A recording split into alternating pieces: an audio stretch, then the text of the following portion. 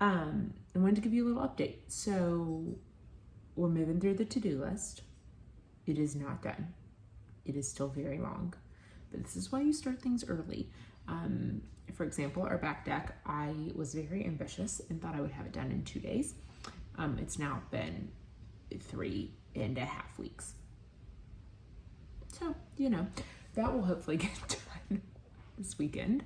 But we're moving along. Still haven't made my sides yet, and we're 2 weeks out today, but I am going to try to tackle them today. Maybe one of them. My mashed potatoes are done. And I made sure to tackle green bean casserole today. Maybe sweet potato casserole. I'm not sure, but I do want to have them done like by the weekend and have them done and frozen. That was terrible cameramanship. Whatever that means.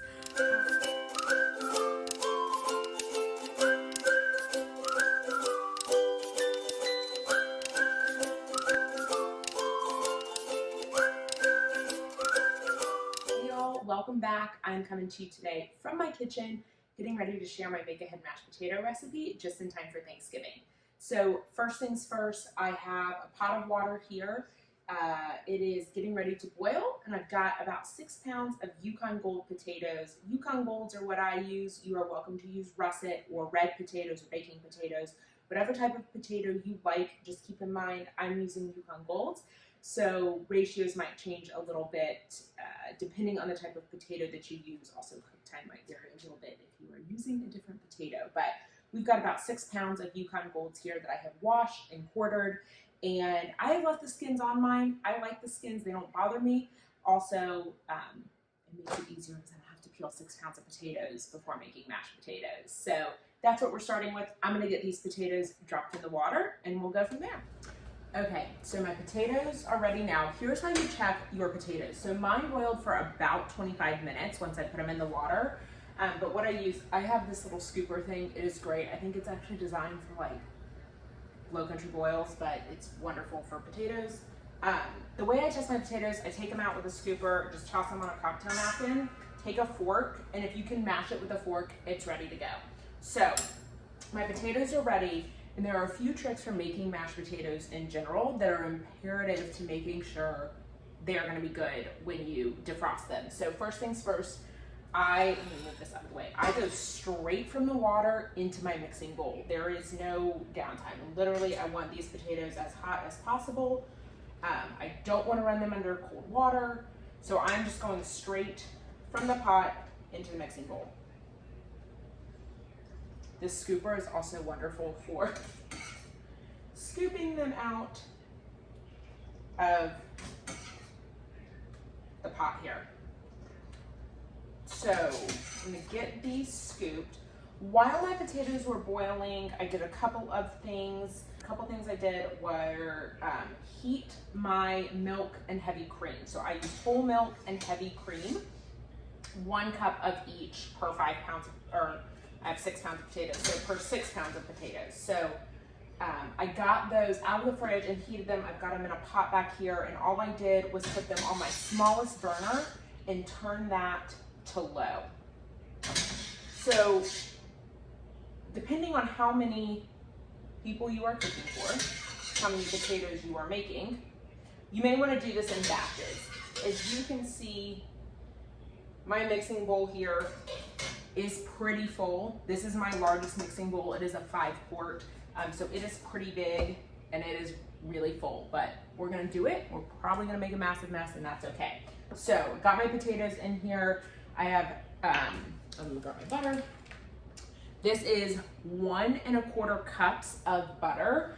I use salted, I like it better, but what I've done is I have cubed it, and I am just gonna put it around the potatoes.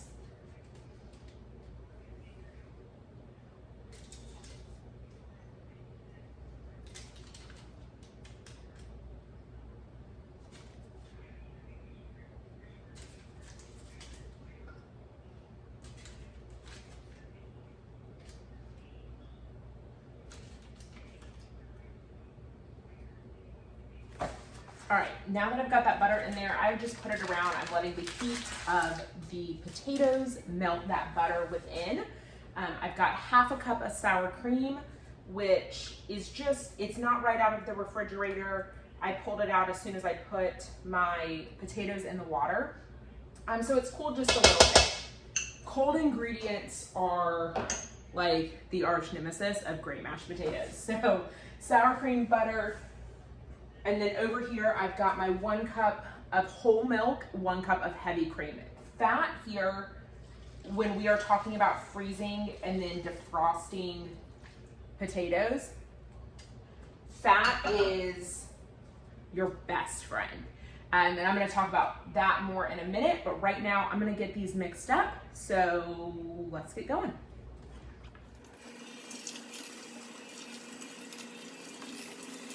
So I am flinging stuff everywhere because I have got way too big or way too small of a bowl for the number of potatoes that I have. There, pull out a potato. But you know what? We're going with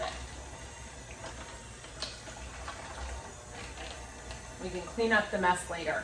This is part of the reason I love making mashed potatoes ahead of time, is because it can make a ginormous mess when you are trying to mix them all together, especially when you are talking about 6 pounds of potatoes. Okay, so I have done a first mash in there, pretty light. I did it on my setting number 3 on my hand mixer, and I did that just to sort of get everything mixed together. Now I'm gonna hit it with some salt and some pepper.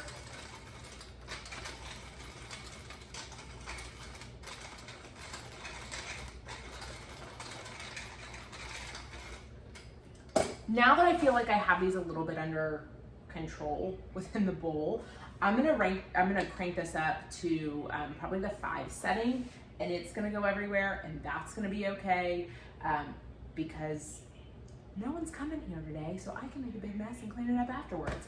So I'm gonna crank this up, do it. The reason I'm gonna crank it up really high is I don't wanna beat them too long. That is terrible for mashed potatoes. So I'm gonna do this really quickly. It's gonna whip some air into them, and that's gonna help as well. So here we go.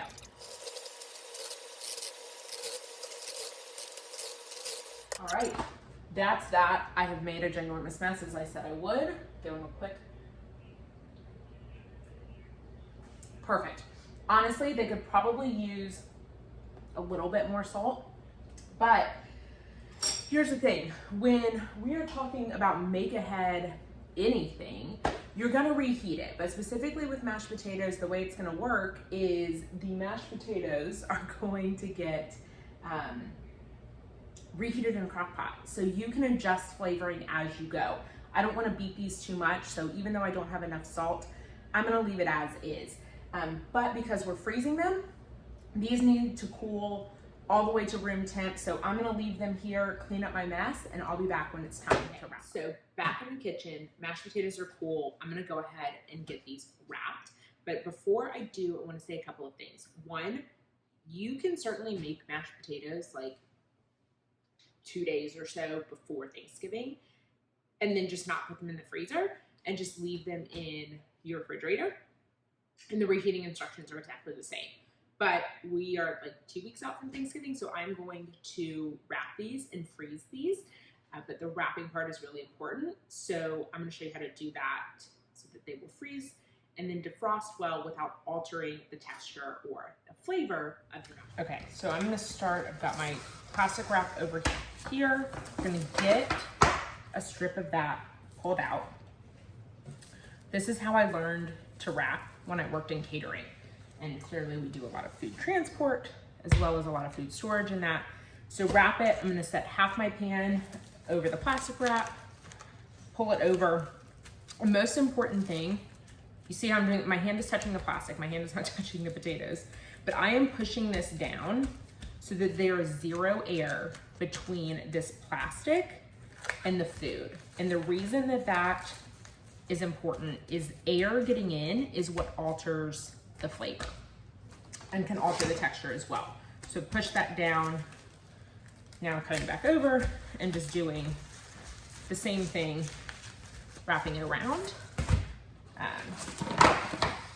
Now I'm gonna pull out more plastic wrap and do the same thing with the other side. So for the other half of the pan. So coming through, pressing this so that there's no air between the plastic wrap and the potatoes. Come over this way,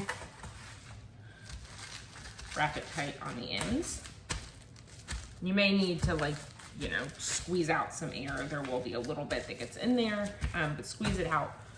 Now I am going to pull out the last sheet of it here, and I'm gonna wrap it the opposite direction. So I've been going like this. I'm now gonna turn it and wrap it like this. And what doing this does is just covers it from the other direction so that you are sure there is no air getting into your food. So now I am wrapped in plastic, and as you can see, it is really tightly wrapped. There is no air between my food and my potatoes. Last thing. Okay, now that they're wrapped in plastic, I do one more wrap in aluminum foil. And you don't have to. There are people who don't.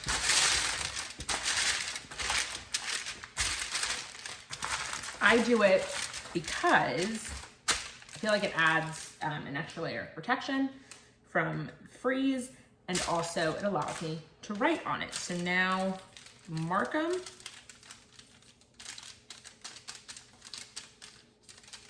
Mashed potatoes.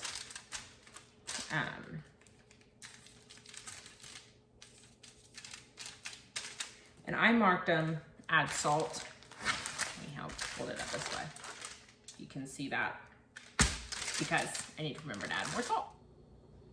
Okay, so now that I have these wrapped, they are ready to go in the freezer where they will stay until Thanksgiving. So I'll probably pull them out on Monday, let them defrost in the fridge. And then when it is time to reheat these, clearly we're not covering that in this video, the actual act of me reheating them, because I made these for Thanksgiving and it's not Thanksgiving yet. So when it is time to reheat them, I will add them to my slow cooker. Before I add them to the slow cooker, I will do a drizzle of heavy cream, a couple tablespoons of butter on the bottom, put my potatoes in, another drizzle of heavy cream, and a couple more tablespoons of butter on top.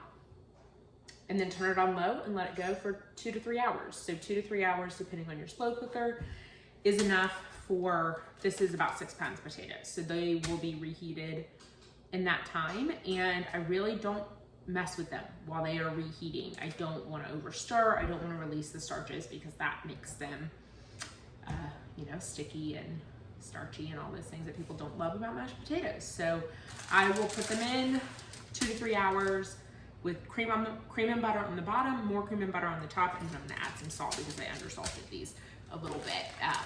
And then I will maybe in that 2 to 3 hour period stir them lightly 1 to 2 times, and that is just to mix in the butter and cream, and they'll be good to go. And the best thing about it is if you keep it on the warm setting on your slow cooker, they will stay warm until you are ready to serve. So if the rest of dinner gets delayed because of your oven or whatever it might be, you can rest assured that your potatoes will be fine in your slow cooker on low.